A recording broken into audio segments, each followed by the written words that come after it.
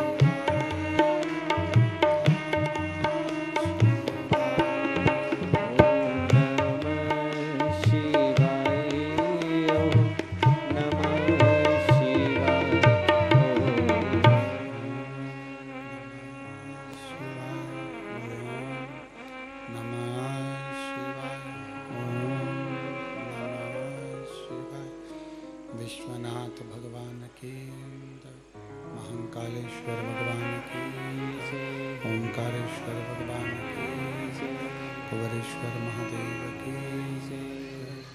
हर हर महादेव, हर हर महादेव, हर हर महादेव हर। श्री शिव महापुराण कथा के माध्यम से शिव चर्चा की ओर आगे बढ़ते हुए भगवान देवाधिदेव महादेव की पवित्र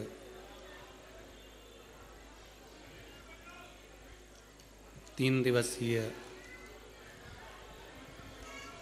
शिव चर्चा दीपावली महापर्व का ये पवित्र अवसर, जिसमें आप और हम सभी भगवान शिव की इस पवित्र धरा, पवित्र भूमि कुबेरेश्वर धाम से भगवान देवाधिदेव महादेव की कंकर शंकर की धरा से 3 दिवसीय शिव चर्चा श्रवण कर रहे हैं। और ये पवित्र कथा भगवान देवाधिदेव महादेव की कृपा से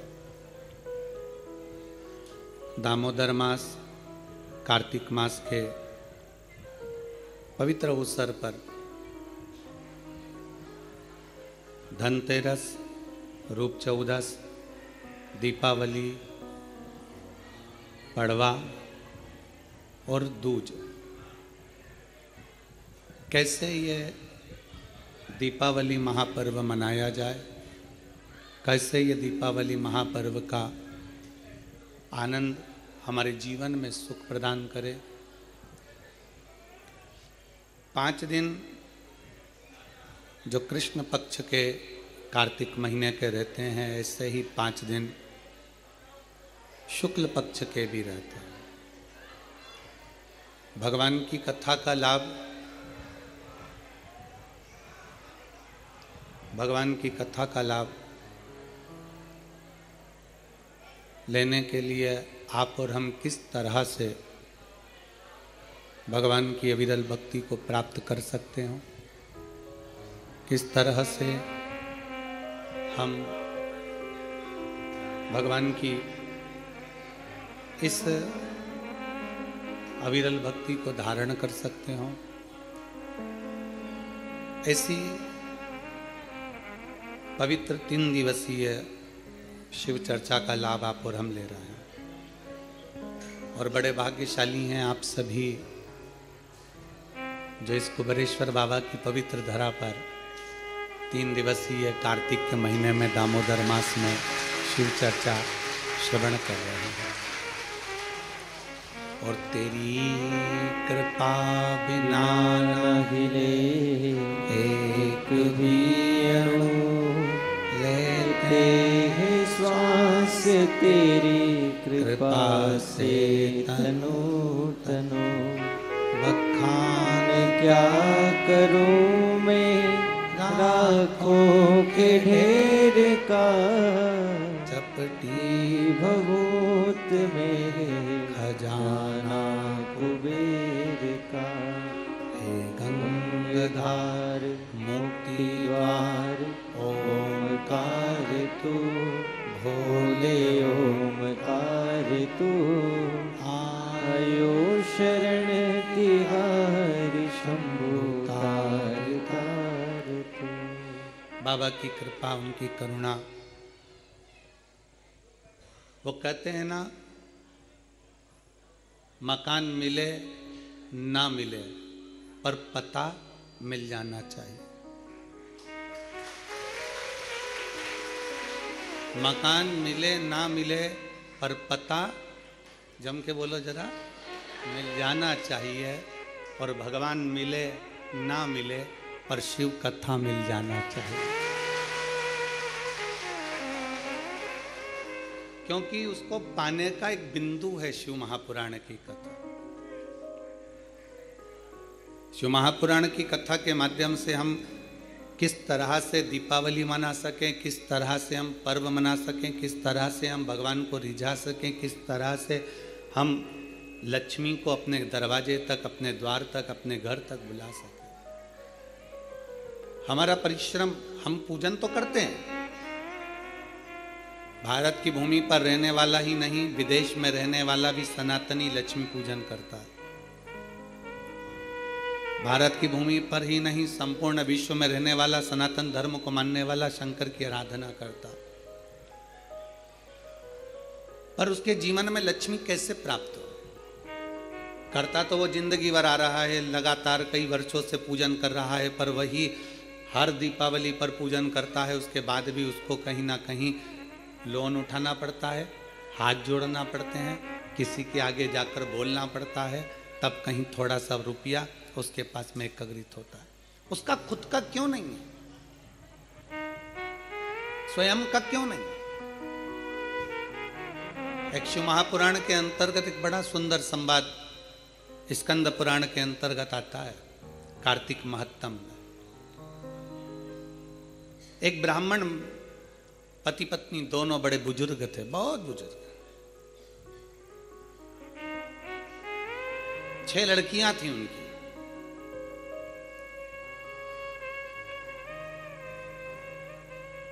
चार लड़कियों की शादी हो गई, 2 कुंवारी रही।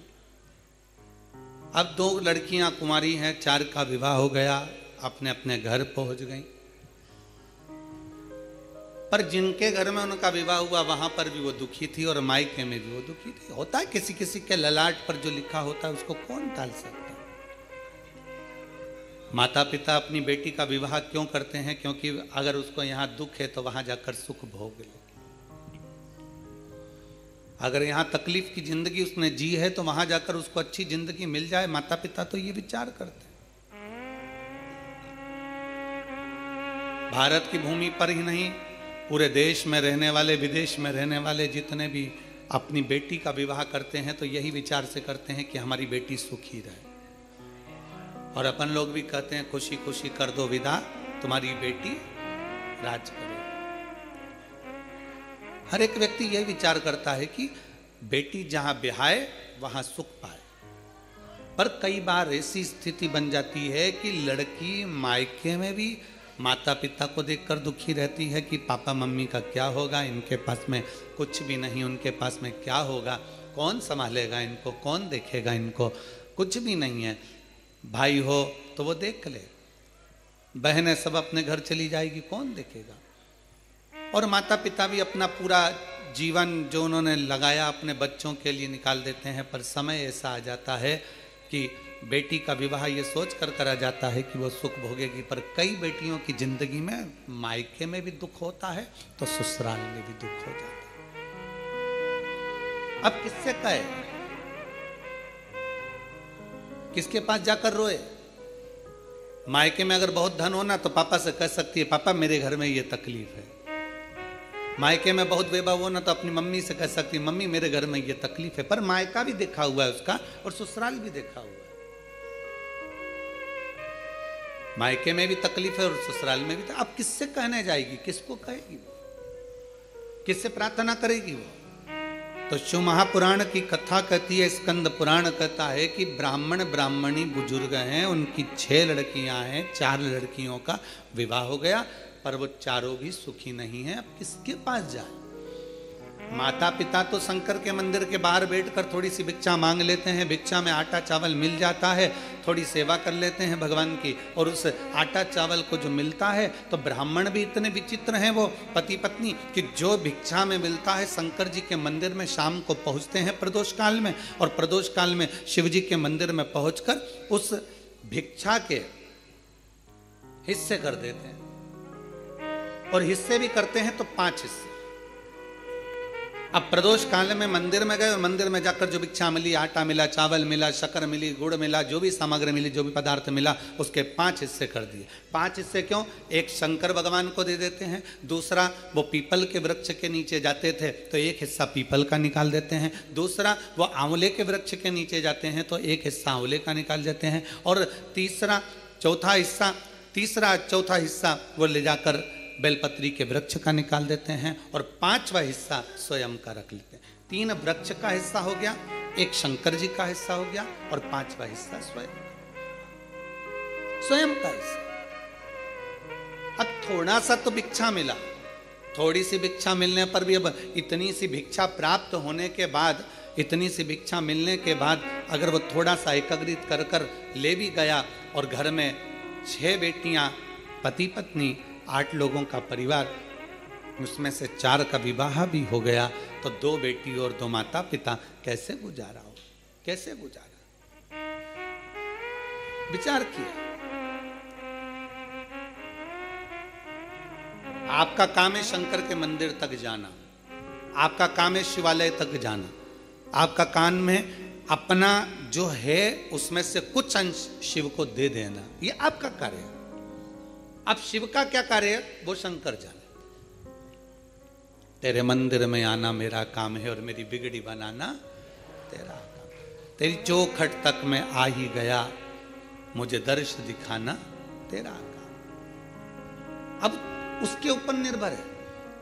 क्यों हमने अभी कथा के शुरू में कहा कि मकान मिले ना मिले पर पता मिल जाना चाहिए, भगवान मिले ना मिले पर शिव कथा मिल जाना चाहिए। उसका कारण केवल इतना सा है कि भगवान मिलता कब है, जब हम कथा को श्रवण करते हैं। भगवान राम ने शबरी को कहा, माता शबरी अम्बा के दरवाजे पर कहा कि तुम सत्संग करो, कथा श्रवण करो, संगत करो। जब तुम कथा सुनोगी, तुमने अपने गुरु मातंग बाबा के मुख से सुन लिया कि राम आएंगे, तुमने मेरा इंतजार करा। क्यों? गुरु के मुख से सत्संग में सुना था कि परमात्मा मिलेगा जरूर, आएगा जरूर, तो मेरा आगमन हो गया। उसी तरह कथा सुनते हैं हम और कथा में ये चीज सुन लेते हैं कि मैं अगर ये करूंगी तो मेरा शंकर मेरी सुनेगा। शिव जी को एक लोटा जल चढ़ाऊंगी, मेरा शिव मुझे सुनेगा। श्री शिवाय नमस्तुभ्यम बोलूंगी, मेरा शिव मेरा सुनेगा। मैं भगवान शंकर को इस तरह से बेलपत्र चढ़ाऊंगी, मेरा शंकर मुझे सुनेगा। इसीलिए शिव महापुराण की कथा कहती, भगवान मिले ना मिले पर शिव कथा मिल जाना चाहिए। कथा मिली कि परमात्मा को ध्यान रखना ही पड़ेगा। बकरी चलाने वाला अपने मोहल्ले की बकरी लेकर निकल गया और बकरी वाला जब लेकर निकला है और घर के लोगों ने देख लिया कि वो बकरी लेकर जा रहा है, पहचान का आदमी और बकरी लेकर जाएगा, मतलब बकरी वाले से उसने एक ही बार कहा कि हमारे घर की बकरियां ले जा, हमारे यहाँ की गाय ले जा, चरा कर लिया ना, हमारे यहाँ का ऊँट ले जा, चरा के लिया ना, हमारे यहाँ की भेड़ ले जा, चरा के लिया ना। बकरी वाले को तो केवल एक बार कहा गया, बकरी वाला रोज ले जाता है, रोज चरा कर लाता है। अब जवाबदारी किसकी है? बकरी चराने वाले की। आएगा, बकरी नहीं आई तो किससे कहेगा क्यों हमारी बकरी कहाँ है, क्यों हमारी गाय कहाँ है, क्यों हमारा ऊँट कहाँ है, क्यों हमारी भेड़ कहाँ है, उससे कहेगा। उसी तरह शिव कथा बाचने वाला हो, भागवत कथा बाचने वाला हो, चाहे कोई संत साधु गुरुजन हो, भगवान उनको भेज देते हैं कि ये संसार सागर के लोग हैं, इनको ले जाकर परमात्मा की चौखट तक भेज देना।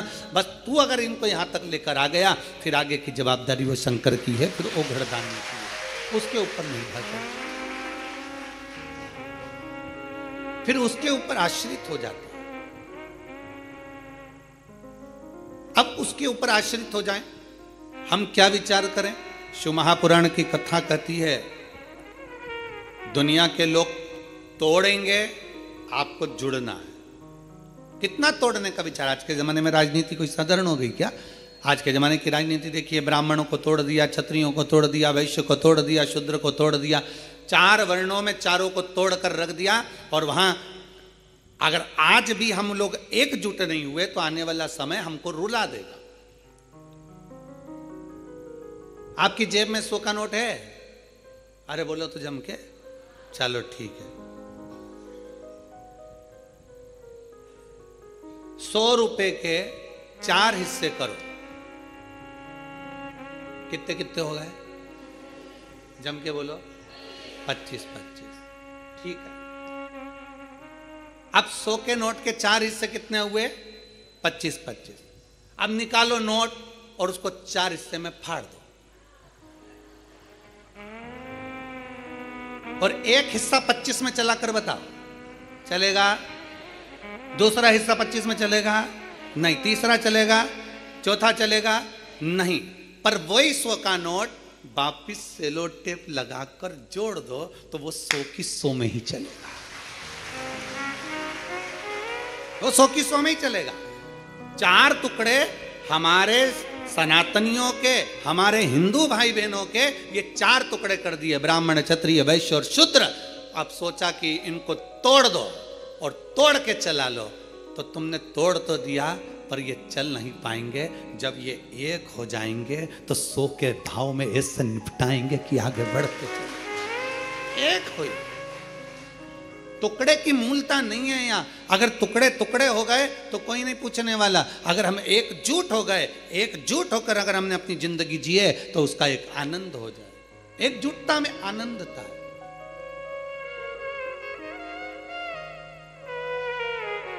और वो एकजुटता की आनंदता हमारे जीवन की एक आनंदता को सुख प्रदान करती है कि हम कैसे अपने जीवन को जी सकते हैं।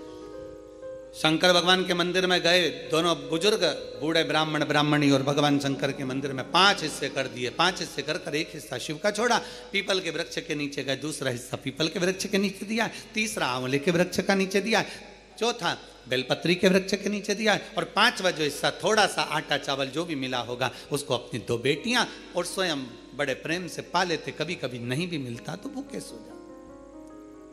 किससे कहें वो 4 बेटियों का विवाह करे, वो भी दुखी, किससे जाकर कहे, किससे विनय करे। शिव महापुराण की कथा कहती है जब एक लड़की का विवाह हो जाता है और वो अपने ससुराल पहुंच जाती है, और ससुराल में पहुंचने के बाद जब वो देवाधिदेव महादेव को 1 लोटा जल चढ़ाती है तो वो लड़की का चढ़ाया गया, बहू का चढ़ाया गया, बेटी का चढ़ाया गया जल, 1 लोटा जल वो साधारण नहीं होता। पुरुष जब शिव पर जल चढ़ाता है तो उसका खुद का कुल तरता है, पर घर की बहू, घर की स्त्री, घर की माँ, घर की बेटी जब शंकर भगवान को जल चढ़ाती है तो उसमें से आधे जल का हिस्सा उसके मायके वालों को मिल जाता है और आधे हिस्सा उसके ससुराल वालों को मिल जाता है। 71 पीढ़ी वो मायके की भी तार रही है और 71 पीढ़ी वो अपने ससुराल की भी तार रही है। 71 पीढ़ी वो यहां भी पार लगा रही है और 71 पीढ़ी वहां भी पार लगा रही है। आधा हिस्सा इधर का हो गया, आधा हिस्सा उधर। एक नारी जब विवाह हो जाता है, घर पहुंच जाती है, उसका 2 गोत्र हो जाता है, अपने नाना नानी का अर्थात उसके मायके का गोत्र और उसके ससुराल का। जब उसके 2 गोत्र हो, स्त्री के 2 गोत्र हो जाते हैं पर पुरुष के 2 गोत्र नहीं होते, उसका एक ही रहता है। वो ब्याह कर लाएगा पर उसका गोत्र नहीं, वो मान्य होगा। इसलिए हमारे सनातन धर्म में जब पिंडदान करने के लिए जाया जाता है, जब गया जी पहुंचते हैं, हरिद्वार पहुंचते हैं, प्रयागराज पहुंचते हैं, काशी आदि पहुंचते हैं, पिंडदान करते हैं, तो वहां पर ब्राह्मण देवता पूछते हैं कि तुम्हारे नाना नानी का भी पक्ष बताओ और तुम्हारे दादा दादी का भी पक्ष बताओ। 2 कुल देखे जाते हैं, इधर से भी उधर से। माता पिता दुखी, बेटियां 2 घर में कुंवारी। समय बीतता गया, जो 4 बेटियां ब्याही थी बड़ी दुखी थी। दुखी होने के कारणवश एक बार वो अपने पिता से मिलने के लिए आई। विचार करा कि हमारे दुख हमारे माता पिता को श्रवण कराएंगे, पर माता पिता तो पहले से दुखी हैं, अब किससे कहें। ये चीज हमें सीखना चाहिए। अब अपनी पड़ोसन तो पहले से दुखी और ऊपर से तुम जाके बोलो मेरी बहू बड़ी परेशान करती। अब उससे पूछो पड़ोसन से, तो मेरी तो और जगदम्बा है।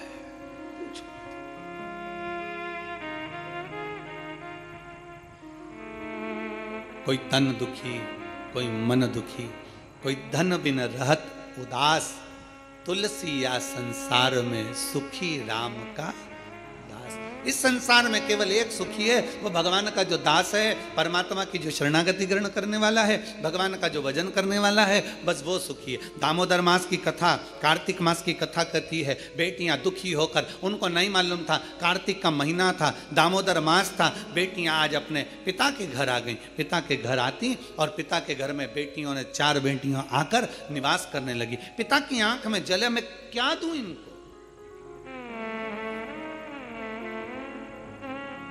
अभी तो मेरे पास में इनको देने के लिए भी कुछ नहीं है, मैं इनको क्या प्रदान करूं। कार्तिक का महीना, दामोदर मास, दोनों बुजुर्ग माता पिता ने स्नान करना प्रारंभ किया। कार्तिक का स्नान करते, शिव के मंदिर में जाकर सेवा करते, चाकरी करके दोनों पति पत्नी कुछ भिक्षा के लिए बैठ जाते। बैठते भिक्षा के लिए जो मिलता लेकर 5 हिस्से कर घर पहुंच जाते। अब 5वां हिस्सा होता भी इतना सा कि एक गासा मतलब एक कोरा रोटी का टुकड़ा या इतना सा चावल मुख में पहुंच जाए। अब 8 लोगों का परिवार और फिर कुछ प्राप्त हो जाए, बड़ा मुश्किल। आज बूढ़ी माँ ने, बुजुर्ग ब्राह्मणी ने अपने पति से कहा, सुनो 4 बेटियां घर में आई हैं और 2 बेटियां घर में हैं। मैं बेटियों का चेहरा देखकर लगता है कि बेटियों को तकलीफ बड़ी बहुत दुख। कहते हैं दुनिया में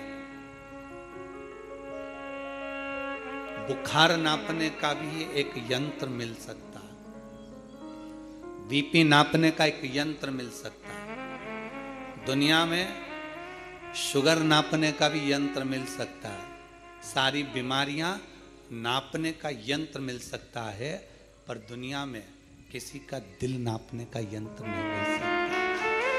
दिल को नापना बड़ा,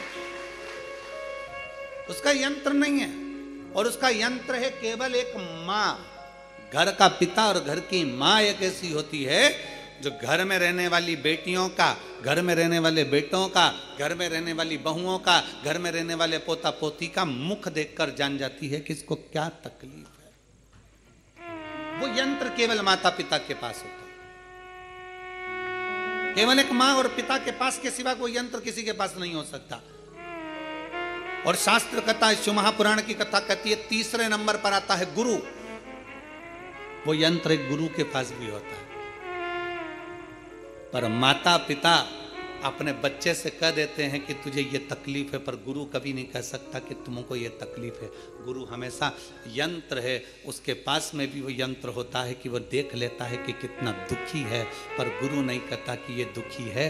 गुरु हमेशा कहता है मुस्कुराइए, खुश रहिए, सुखी रहिए। और मुस्कुराता हुआ गुरु अपने सामने से निकल कर चले जाए, देखता हुआ मुस्कुराता हुआ चले जाए, समझ लेना कि गुरु ने वो यंत्र से नाप लिया है और गुरु ने तुझे देकर कुछ भेज दिया है। वो गुरु है, नहीं देगा गुरु कुछ भी, कुछ नहीं देगा। तुम विचार करो, किसी गुरु के पास में करोड़ों का धन हो ना, तो गुरु जी के पास जाकर कहना गुरु जी करोड़ों का धन हमको दे दो, ना देगा गुरु। गुरु कभी नहीं देगा। आप गुरु जी के पास जाकर कहना गुरु जी तुम्हारे पास में इतना है, हमको थोड़ा बहुत दे दो, नहीं देगा गुरु, बिल्कुल नहीं देगा। क्यों? क्योंकि गुरु जानता है आज अगर मैंने इसको थोड़ा दे भी दिया ना, तो ये मेरे पास नहीं आएगा तो दूसरे के पास जाएगा और इसकी मांगने की आदत पड़ जाएगी। पर गुरु देता नहीं है, पर गुरु उसको निगाह से देखकर मुस्कुरा कर ऐसा वर देकर चले जाता है कि अब तुझे मांगना नहीं पड़ेगा, तू उससे प्राप्त खुद कर सकता। हम किसके दरवाजे पर जाएं? बुजुर्ग माता पिता ने विचार करा, बूढ़ा बूढ़ी ने विचार करा, हम करें तो करें क्या? विचार करते करते आंखों में जल भर गया। बेटियों का भरण पोषण कैसे करा जाएगा, बेटियों के लिए क्या करा जाएगा? दोनों पति पत्नी चले रोते रोते, नेत्रों में जल भरते हुए। पति ने कहा चिंता मत करा, 5वां हिस्सा लेकर जा रहे थे और सारे वृक्षों के नीचे हिस्सा देते हुए चले जा रहे थे। दामोदर मास था, कार्तिक का महीना था। आज पत्नी के मुख से निकल गया, थोड़ा सा घी आया हुआ है, एक काम करते हैं 5 जगह इस घी का हिस्सा करना है, तो भगवान के मंदिर में दीप लगा देते हैं। पति ने कहा घी तो आया है पर कपास नहीं है। पत्नी ने अपने तन की साड़ी को फाड़ लिया। ब्राह्मणी ने तन की साड़ी को फाड़ कर बाती बनाकर एक शंकर जी के मंदिर में लगा दिया। दूसरी बाती उसने भगवान पीपल देव के नीचे लगा दिया, और तीसरी बाती उसने आंवले के वृक्ष के नीचे लगा दिया, और चौथी बाती उसने बेलपत्र के वृक्ष के नीचे लगा दिया। 4 बाती शिव महापुराण का स्कंद पुराण कहती है, ब्रह्म वैवर्त पुराण कहती है, हमारा शास्त्र कहता है, कुर्म पुराण कहती है, विष्णु पुराण कहती है कि पीपल का वृक्ष, बेलपत्री का वृक्ष और आंवले का वृक्ष, शास्त्र कहता है कार्तिक के महीने में इन 3 वृक्ष की जड़ में स्वर्ग स्वयं आकर निवास करता है। स्वर्ग स्वयं आकर निवास करता है। इन 3 वृक्ष की जड़ में स्वर्ग स्वयं आकर विराजमान करता है। और चौथे नंबर पर कहा गया कि जहां तुलसी का पौधा होता है, कार्तिक के महीने में तुलसी के पौधे की जड़ में गोलोक धाम आकर निवास करता है, स्वयं भगवान कृष्ण का धाम आकर निवास करता है।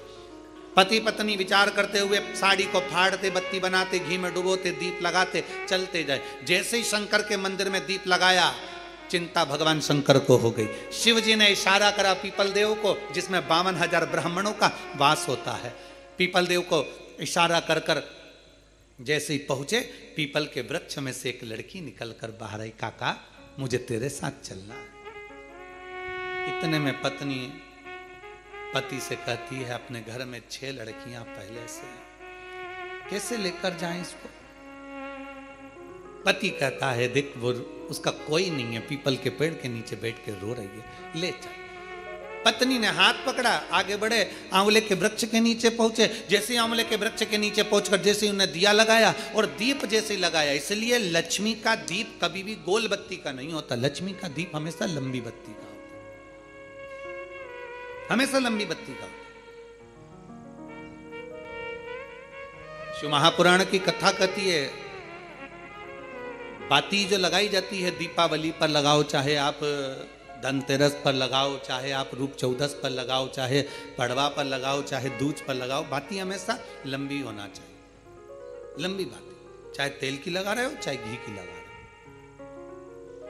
भाव से। वैकुंठ ये सुंदर रूप चौदस की जो पूजन का विधान है, आपको धनतेरस की पूजन का जो विधान बताया था, धनतेरस की पूजन का जैसा विधान था, पहुंचकर पाटे को बिछाकर चौक पूर कर, जिस थाली में आपने स्वस्तिक बनाकर जो सिक्का रखा है, उसी में एक सिक्का और रखकर उसकी पूजन अर्चना करना है, वैसी की वैसी ही जैसा पहले कल कहा गया। रोली, चावल, हल्दी, मोली, मेहंदी, सिंदूर आदि सब चढ़ाते हुए, और साथ में 2 दीप लगेंगे। रूप चौदस के दिन 2 दीप है। एक दीप है घी का, लंबी बत्ती का, जो लक्ष्मी जी के सीधे हाथ पर आएगा। दूसरा दीप है घी का दीप भी आटे का आएगा, और तेल का दीप भी आटे का आएगा। जो तेल का दीप लगेगा वो थोड़ा सा दिया बड़ा लेना, उसमें 4 लंबी लंबी बत्तियां रखना, सरसों का तेल या मीठा तेल या तिल्ली का तेल जो भी मिल जाए उसके अंदर डाल लेना। 4 बत्ती ये लक्ष्मी जी के लेफ्ट हैंड की ओर आएगी। उसी आटे का तेल का जो दिया रहेगा उसके अंदर या तो पीली सरसों या काली सरसों, जो राई होती है, सरसों होती है, उसके थोड़े से दाने उसमें डाल दिए जाते हैं।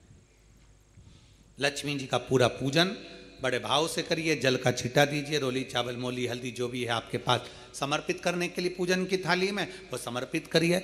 मीठे का भोग लगाइए, और भोग लगाने के बाद में बड़े प्रेम से 5 कमलगट्टे, 5 हल्दी की गठान, 5 अमर बेल के टुकड़े। अमर बेल होती है एक लंबी सी बेल, पेड़ों पर चलती है, पीले कलर की, जो कि पूरे पेड़ पर छाई रहती है। उसको कहीं पर भी डाल दिया जाए वो बढ़ती चली जाती है। वो हमारे वंश की वृद्धि के, लक्ष्मी की वृद्धि के लिए श्रेष्ठतम मानी जाती है। 5 टुकड़े अमर बेल के, 5 हल्दी की गठान, 5 कमलगट्टे, दोनों हाथ में लेकर मां लक्ष्मी से प्रार्थना करते हुए उन सिक्कों पर समर्पित कर दीजिए। सिक्कों पर समर्पित कर कर जो घी का दिया लगाया है तुमने लक्ष्मी जी के सीधे हाथ पर, उसको उठाकर माता की आरती कर लीजिए। जो तेल का दिया है, घी का दिया वापिस रखकर आरती के बाद में, जो तेल का दिया है 4 बत्ती वाला जो तुम जला कर रखी हो, उसको पूरे घर में घुमाकर, रूप चतुर्दशी के दिन, रूप चौदस के दिन, नरक चौदस के दिन, पूरे घर में घुमाकर, सारे घर के दरवाजे खोलकर, बड़े प्रेम से घुमाकर, मुख्य द्वार के बीच में, जो घर से बाहर निकलने वाला द्वार है, उसके ठीक बीचों बीच वो दिया 4 बत्ती का रख देना चाहिए। कुछ देर के लिए दरवाजे खुले रखना चाहिए। पूरे घर में माता लक्ष्मी का स्मरण करते हुए श्री शिवाय नमस्तुभ्यम बोलते हुए दिया रखकर जब वापिस आए, माता लक्ष्मी को झोली पसार कर प्रणाम कर कर कहें, माँ हमारे घर में निवास करो, आपका भंडार सदा भरा रहे, खाली ना हो। हे माँ, जैसे हम दामोदर मास की कथा का रसपान कर रहे हैं, कार्तिक मास की कथा को श्रवण कर रहे हैं, जैसे हमने कार्तिक के महत्व को जाना है और उस महत्व को जाना कि लक्ष्मी भगवान शिव की आज्ञा से जाती हैं, नारायण की आज्ञा से जाती हैं, उसी तरह आप हमारे घर में शिव और नारायण की आज्ञा से विराजमान होइए। माँ को प्रणाम करिए बड़े भाव के साथ। ऐसी ही ये रूप चतुर्दशी की पूजन का विधान है। ये रूप चतुर्दशी की पूजन का विधान, जो थाली अपने धनतेरस के दिन रखी है उस थाली को आप रात्रि को हटा सकते हो, दूसरे दिन फिर वही थाली रखा जाती है। तीसरे दिन दीपावली का जो पर्व होगा, कल की कथा में आपको 2 बजे से 5 बजे तक जो कथा होगी कल की, आज की कथा तो 9 बजे से 10 बजे तक है, पर कल की कथा 2 बजे से 5 बजे तक होगी। 2 से 5 इसलिए रखी है क्योंकि उसमें 3 दिन की पूजन का विधान बताना है, एक दीपावली का, फिर पड़वा का, फिर दूज का। तो बड़े प्रेम से उस कथा को, कल की कथा को अपन 2 बजे से 5 बजे तक श्रवण करेंगे। भगवान को अपने हृदय की बात, अपने चित्त की बात, अपने मन की बात बाबा को प्रार्थना करते हैं। और हम तो निवेदन करेंगे, प्रयास करिए, अगर हो सके रूप चतुर्दशी का अगर दिन है, नरक चौदस का दिन है, जैसे कुबेरेश्वर धाम पर दीपावली कब की है? 31 अक्टूबर की। तो 29 तारीख को धनतेरस है, 30 तारीख को रूप चतुर्दशी है, नरक चौदस है। तो हम तो प्रार्थना करें, निवेदन करें आपसे, अगर हो सके, शरीर में अगर बहुत रोग है और बहुत तकलीफ की जिंदगी चल रही है, मतलब हर 2 महीने में 3 महीने में कोई ना कोई दुख तुम्हारे सामने आकर खड़ा हो जाता है, कोई तकलीफ आकर खड़ी हो जाती है, चाहे बच्चों को हो रही हो, चाहे बेटियों को हो रही हो, चाहे परिवार में हो रही हो, तो हम तो निवेदन करेंगे, रूप चतुर्दशी के दिन 1 लोटा जल, उसमें बड़े प्रेम से कोई थोड़ा सा इत्र का अगर भाग मिल जाए, और इत्र ना मिले तो पीला चंदन या लाल चंदन डालकर, अगर कहीं आंवले का वृक्ष हो, पीपल का वृक्ष हो और बेलपत्र का वृक्ष हो, 3 जगह पर थोड़ा सा वो लोटा जो घर से लेकर जाओगे, पात्र लेकर जाओगे, रूप चतुर्दशी के दिन तीनों वृक्ष के नीचे एक ही कलश से थोड़ा थोड़ा जल 3 स्थान पर चढ़ाइए और बाबा से अपने मन की बात कहकर आई है। आप खुद देखोगे कि 3 महीने में मेरा कुबेर भंडारी आपके दुखों को हरेगा। परंतु ये उपाय केवल एक रूप चतुर्दशी के दिन ही होगा, केवल रूप चतुर्दशी के दिन। कई लोग इसको दीपावली के दिन भी करते हैं, कई लोग इसको धनतेरस के दिन भी करते हैं, पर यह उपाय रूप चतुर्दशी के दिन करेंगे तो उसका फल चौगुना मिलेगा, चौगुना। और मान लो इस चतुर्दशी पर अगर आप नहीं कर पा रहे हो तो अगली इसी कार्तिक के महीने की जो देव दीपावली आती है पूर्णिमा के लगभग में, उस समय पर जो चतुर्दशी आए तो उस समय पर भी यह प्रयोग कर सकते, पर होगा कार्तिक महीने के अंदर। अब तीनों आंवले के वृक्ष के नीचे गए, वहां पर भी गए, दिया लगाया, दिया लगाते से ये कन्या वहां पर प्रकट हो गई। काका हमें आपके साथ चलना है। अब इतने में तो बुजुर्ग बूढ़ी माँ ब्राह्मण की पत्नी बोली, अब कहाँ लेकर जाओगे, कौन है, रो रही है, बिलक रही है, हमें तो आपके साथ चलना है, हमें लेकर चलिए। ब्राह्मण ने कहा अब ये रो रही है, कोई भी इसका नजर नहीं आ रहा है, इसको भी ले लो, लेकर चल दिया। ब्राह्मणी चिढ़कर बोली, घर में पहले से 6 बेटियां बैठी हैं, 2 और हो गई, कितनी हो गई, 8, और पति पत्नी 10। पति ने हाथ पकड़ाया पत्नी को, फिर आगे बढ़ गए, बढ़ते बढ़ते सीधे बेलपत्र के वृक्ष के नीचे पहुंच गए। अब तो बेलपत्र के वृक्ष के नीचे दिया लगाने ही वाले थे, इतनी देर में ब्राह्मण ने अपनी ब्राह्मणी से कहा, बिल्कुल मत लगा, बिल्कुल मत लगा, हो सकता है तू दिया लगाए और दीप लगाए और लड़की आ जाए, तो तू दीप मत लगा, दीप लगाए मत। बस ब्राह्मण और ब्राह्मणी दोनों बैठकर वहां पर दिए को ऐसे ही छोड़कर आगे बढ़ने लगे। इतने में ब्राह्मण की 6 लड़कियां घूमती घूमती अपने पिता और माता को ढूंढती ढूंढती आ गईं। बेलपत्री के वृक्ष के नीचे पहुंची, देखा दीप रखा हुआ है पर कोई जलाकर नहीं गया है, क्यों ना अपन इसको जला देते हैं, अपन इसको जला देते हैं। 6 बेटियों ने मिलकर उस दीप को प्रज्वलित कर दिया। जैसे ही दीप प्रज्वलित करा, एक लड़की वहां प्रकट हो गई और प्रकट होते से कहा, जीजी ओ जीजी, मेरे को तुम्हारे साथ चलना है, मेरा कोई नहीं है, मुझे लेकर चलो। अब तो 6 लड़कियों ने विचार करा, पिताजी इतना सा तो भात लेकर आते, उसमें एक एक गासा सबको मिल जाता, पिताजी थोड़ा सा भाग लेकर आते हैं, सबको इतना इतना सा मिल जाता है, और मालूम पड़े ये एक और बढ़ जाएगी तो 6 और 1 हम 7 हो जाएंगे। लड़कियों ने एक कहा कि देख भाई, हमारे पास में तो वैसे ही खाने का कुछ भी नहीं है। इतने में वो कन्या जो बेलपत्री के वृक्ष के नीचे से प्रकट हुई, उसने कहा, जी मुझे कुछ खाने को मत देना, मैं तुम्हारे सारे कपड़े भी धो दूंगी, बर्तन भी मांज दूंगी, तुम्हारा भोजन भी बना दूंगी, तुम जैसा बोलोगे मैं वैसा कर दूंगी। उसमें एक बहन बड़ी चतुर थी, एक बहन बड़ी चतुर थी। उसने विचार करा, चलो अच्छा है, घर का काम करेगी, अभी अपन सब मायके से भी आए हैं, फैलारा ज्यादा है, काम बहुत सारा है, करेगा कौन, माँ दुखी है, पिता दुखी है, तो यही करेगी। हाथ पकड़ा, ले गए। अब तो चलती चलती वो लड़की बोली, मेरे तो पाँव दुख रहे हैं, मुझसे चलता नहीं बने। तो उसमें से एक चिल्ला के बोली कि तुझसे चलता नहीं बने तो तू आई क्यों, जा वापिस जा। नहीं, मेरे को तुम कंधे पर बिठा लो, मैं आराम से चली जाऊंगी। अब इनको क्या मालूम था, बताओ, हम तो अच्छे के लिए लेकर गए तो ऊपर से कंधे पे चढ़ गई। अब उसको कंधे पर बिठा लिया, उसने लहंगा इधर पीछे कर कर दोनों पांव लटका कर कंधे पे बैठ गई और चोटी पकड़ ली जीजी की। और चोटी पकड़ते पकड़ते बड़े प्रेम से जो पहुंची आवाज लगाया, पिताजी पिताजी पिताजी। जो पिताजी बाहर आकर बोले, क्या हो गया बेटा? किसकी बेटी को लिया सिर पर बिठाकर, कंधे पर बिठाकर? अरे पिताजी एक दिया रखा था बेलपत्री के वृक्ष के नीचे, हमने सोचा कौन रखकर चले गया, जला कर आ गया, जला कर। अब तो पिता को लगा, उन्होंने ब्राह्मणी को बुलाया, देख वो मैंने मना करा था दिया मत जला, और दिया जलाया और वो आई। अब ये देख, अंदर जाकर बेटियों ने देखा तो दो तो पहले से बैठी थी, एक साथ में आ गई। कितने हो गए? सब मिला के 11। अब 11 की 11 एकत्रित हो गए। अब बेटियां बड़ी भूख से व्याकुल, अन्न का भाग नहीं थोड़ा सा, करें तो करें क्या करें। इतने में पीपल के वृक्ष के नीचे से जो बेटी निकली, आंवले के वृक्ष के नीचे से जो बेटी निकली, बेलपत्र के वृक्ष के नीचे से जो बेटी निकली, ब्राह्मण पिता ने और ब्राह्मणी ने दोनों ने मिलकर उन तीनों का नाम पावनी लक्ष्मी रख दिया। कौन सी लक्ष्मी? पावनी। पावनी का मतलब जानते हो? पावनी का मतलब होता मेहमान।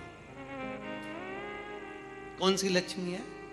पावनी लक्ष्मी, मतलब हमारे घर में मेहमान बनकर कोई लक्ष्मी। अब ब्राह्मणी ने पूछा कि इनका नाम क्या रखे, तो क्या रख दो पावनी लक्ष्मी। अब इन्होंने नाम रख दिया पावनी लक्ष्मी। अब तीनों को नाम पावनी लक्ष्मी। अब एक ने कहा, जो पीपल के वृक्ष के नीचे से निकली, मैं जाती हूँ अभी भोजन बनाती हूँ। तो इतने में ब्राह्मणी आंख में आंसू भरकर बोली, बेटी तू इतनी सी तो रखी है, भोजन क्या बनाएगी? कुछ भी तो खाने का नहीं है। अपन एक काम करेंगे, कल भिक्षा मांग कर लाएंगे तब बनाएंगे। इतने में लक्ष्मी ने उसी समय, पावनी लक्ष्मी बोली, माँ तू तो बर्तन बता दे, बर्तन कहाँ रखा है, बस बर्तन बता, मैं बना दूंगी। तो बनाएगी क्या? अन्न हो घर में तो बनाएगी ना। अरे माँ तू बता तो सही, तू मुझे बता कहां रखा है। तो इतने में ब्राह्मणी ने पूछा, घर में अन्न नहीं है तो तू देगी क्या? इतने में पावनी लक्ष्मी ने कहा, मां एक बूढ़ा बूढ़ी पीपल के वृक्ष के नीचे आते थे, अपने अन्न का एक हिस्सा रखकर जाते थे। शंकर भगवान बोले हैं, उनके अन्न का पूरा हिस्सा चुका कर आना है, इसलिए मैं तुम्हारे दरवाजे पर आई हूं। मां भागवता बर्तन दिए, भोजन बनना तैयार हुआ। जैसे ही भोजन बनकर तैयार हुआ, सबने पाया ऐसा स्वादिष्ट भोजन, आज पेट भरकर जिंदगी में पहली बार भोजन करा। भोजन कर कर बर्तन मंज कर रखे ही थे। कोई रिश्तेदार कभी नहीं आता था, क्योंकि धन ही नहीं था। सुख के साथी हजारों हैं, जब दुख पड़ा तब कोई नहीं। धन के साथी हजारों हैं, जब धन नहीं तो कोई नहीं। अब धन नहीं, कोई रिश्तेदार नहीं आता था। आज सब भोजन कर कर आराम से बस चक होकर खूब आनंद में रह रहे थे, खूब प्रेम से बात कर रहे थे। इतने में जो मामा कभी नहीं आता था वो मामा आ गया, और मामा आकर दरवाजे लगाया, दरवाजा बजाया, और आवाज बजाकर जैसे दरवाजा बजाया, जीजी आई बाहर। बहन ने कहा, भैया तू इतने सालों के बाद आज आया है, कैसे आना हुआ? बहन यहाँ से निकल रहा था, बहुत भूख लग रही थी, सोचा तेरे घर का भोजन करते हुए चले जाऊं। अब ब्राह्मणी ने मन में सोचा, जो भोजन था वो तो सब हम खा गए, 11 की 11 पूरा निपटा गए, कुछ बचा तो है नहीं। अब तुझे दे तो दे क्या प्रदान करें? इतने में दूसरी लक्ष्मी, पावनी दूसरी लक्ष्मी आंवले के वृक्ष के नीचे की बोली, अरे माँ क्यों चिंता करती है, तुम्हारा मामा, तुम्हारा भाई, हमारा मामा बिठा, अभी हमें भोजन बना के लाती। दूसरी ने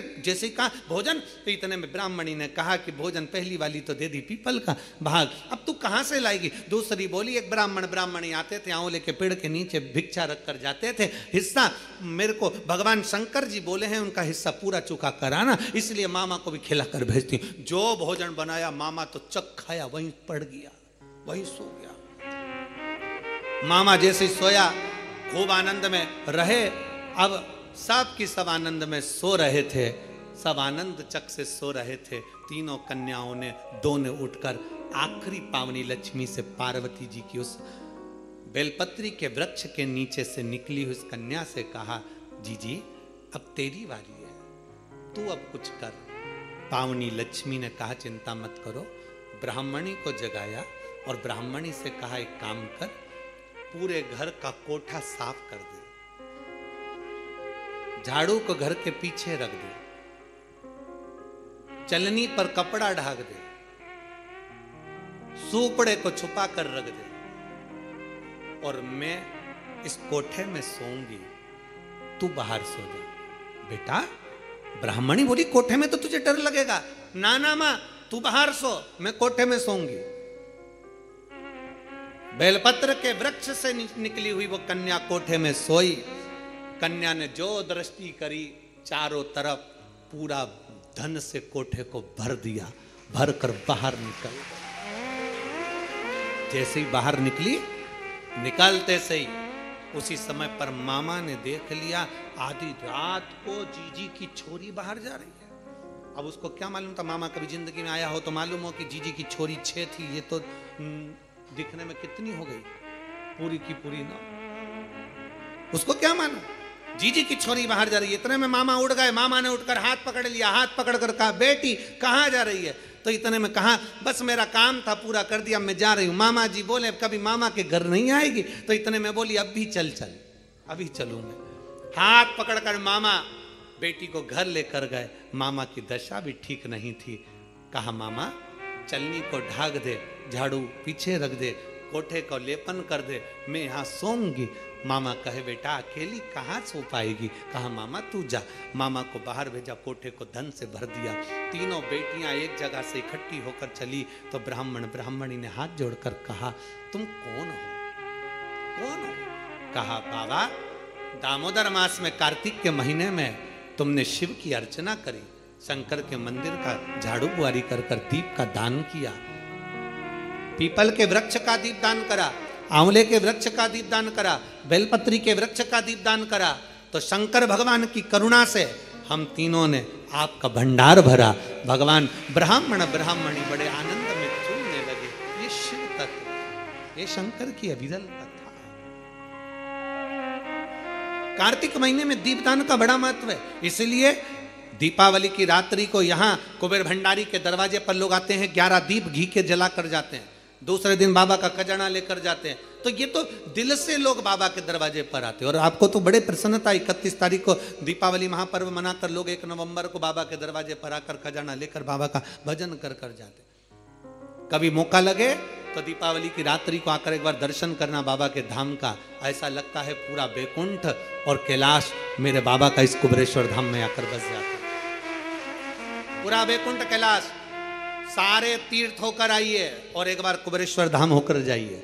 कुबेरेश्वर बाबा की धरा पर कहीं पर भी सुबह से लेकर शाम तक बैठे हुए ऐसा शांति का महल आनंद उत्पन्न होगा। ऐसा लगेगा कि हम कहाँ आ गए। सारे तीर्थ घूमो पर आखिरी में एक बार कुबेर भंडारी के दरवाजे पर जरूर और देख लिया संसार हमने देख लिया, सब मतलब के यार हमने देख लिया। शिव तत्व की प्राप्ति, भगवान शंकर की अविरल कथा, शिव चर्चा 3 दिन की है। 1-1 घंटा का समय जो हमको मिला है, आज अपन ने रूप 14 के पूजन के महत्व को जाना है। कल कथा में 2 बजे से 5 बजे तक में सुंदर दीपावली पूजन, पड़वा का पूजन और दूज के पूजन का स्मरण करेंगे, बड़े भाव से कथा सुनेंगे। और 4 नवंबर से 8 नवंबर तक दीपावली के बाद में स्थान IMT sector number 66 Faridabad Haryana में शिव महापुराण की कथा दोपहर 1 बजे से 4 बजे तक श्रवण करेंगे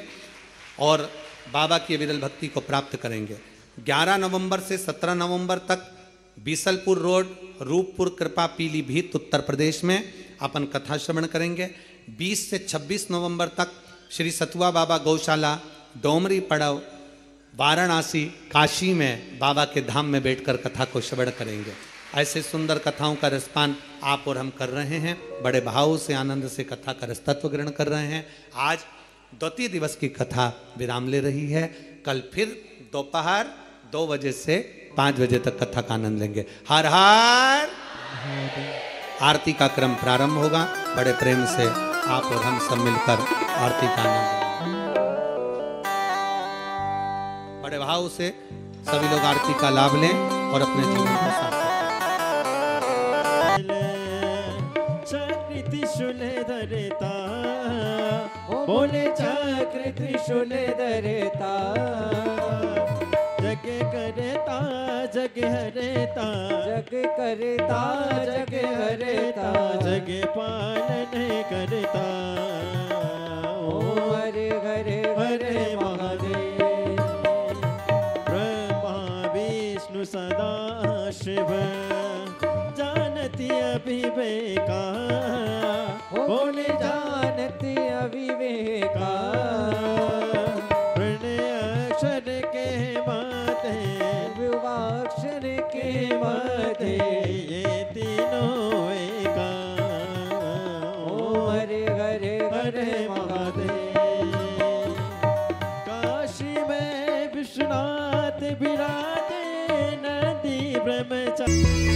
सुख समृद्धि और सौभाग्य का महात्योहार दीपावली के हर्षमय अवसर पर श्री विठलेश सेवा समिति सीहोर के तत्वावधान में अंतर्राष्ट्रीय कथा प्रवक्ता भागवत भूषण परम पूज्य पंडित प्रदीप जी मिश्रा सीहोर वाले के पावन सानिध्य व श्रीमुख से दीपावली पूजन के महत्व व वर्णन पर आधारित श्री शिव चर्चा का निर्माणाधीन मुरली मनोहर एवं कुबेरेश्वर महादेव मंदिर चितावलिया हेमा सीहोर मध्य प्रदेश से सीधा प्रसारण देखिए 24 से 25 अक्टूबर प्रातः 9 से 10 बजे, 26 अक्टूबर दोपहर